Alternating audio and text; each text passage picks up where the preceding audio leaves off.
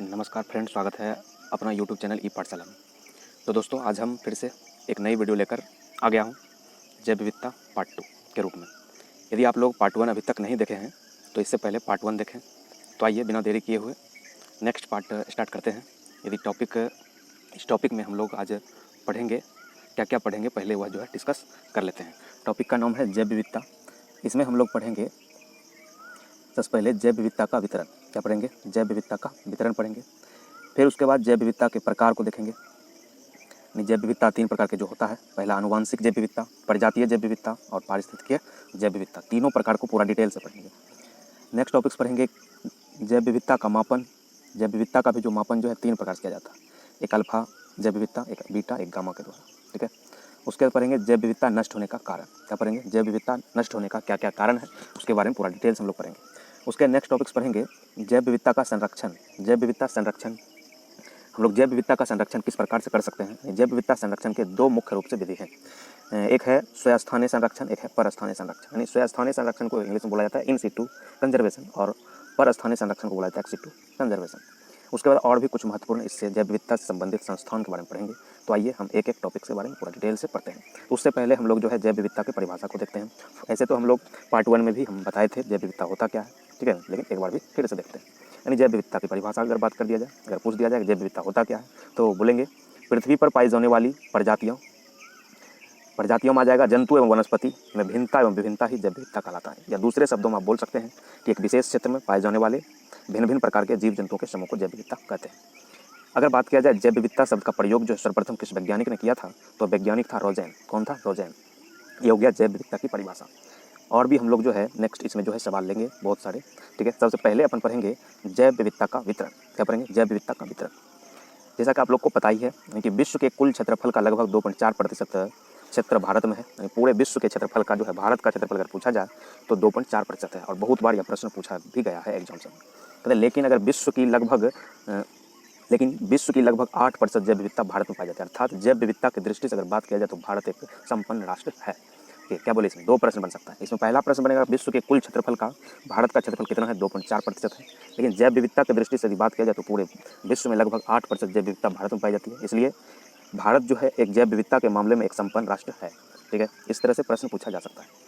इसी क्रम में और भी सवाल देखेंगे, जैसे भूमध्य रेखा के आसपास का क्षेत्र, अधिक वर्षा वाले क्षेत्र या प्रवाल भित्ति वाले क्षेत्र या दलदली क्षेत्र आदि जैव विविधता अधिक पाया जाता है। क्या बोले? यानी भूमध्य रेखा के आसपास का जो क्षेत्र हो गया, या अधिक वर्षा वाला क्षेत्र हो गया, या प्रवाल भित्ति वाले क्षेत्र हो गया, या दलदली क्षेत्र हो गया, इस सब का जो जैव विविधता क्या होता है? अधिक पाया जाता है। अगर क्वेश्चन पूछ दे कि जैव विविधता अधिक कहाँ कहाँ पाया जाता है, तो बोल सकते हैं भूमध्य रेखा के आसपास और अधिक वर्षा वाले क्षेत्र में और प्रवाल भित्ति वाले क्षेत्र में और दलदली क्षेत्र में जो है कि जैव विविधता अधिक होती है। लेकिन अगर जैसे ध्रुवीय क्षेत्र, उप ध्रुवीय क्षेत्र या कम वर्षा वाले क्षेत्र या मरुस्थलीय क्षेत्र आदि की जैव विविधता कम होती है। यानी ध्रुवीय क्षेत्र की भी जैव विविधता बहुत कम होती है, उप ध्रुवीय क्षेत्र का भी जैव विविधता कम होता है, और जहाँ कम वर्षा हो रहा है वहाँ का भी जैव विविधता बहुत कम होगा, और मरुस्थलीय क्षेत्र का भी जैव विविधता बहुत कम होगा। यानी भूमध्य रेखा से ध्रुव की ओर जाने पर जैव विविधता में कमी आता है। यानी सब हम ऑफ लाइन क्लास में भी पूरा डिस्कस किए थे। यानी भूमध्य रेखा से ध्रुव की ओर जाने पर क्या होता है? जैव विविधता में कमी आता है।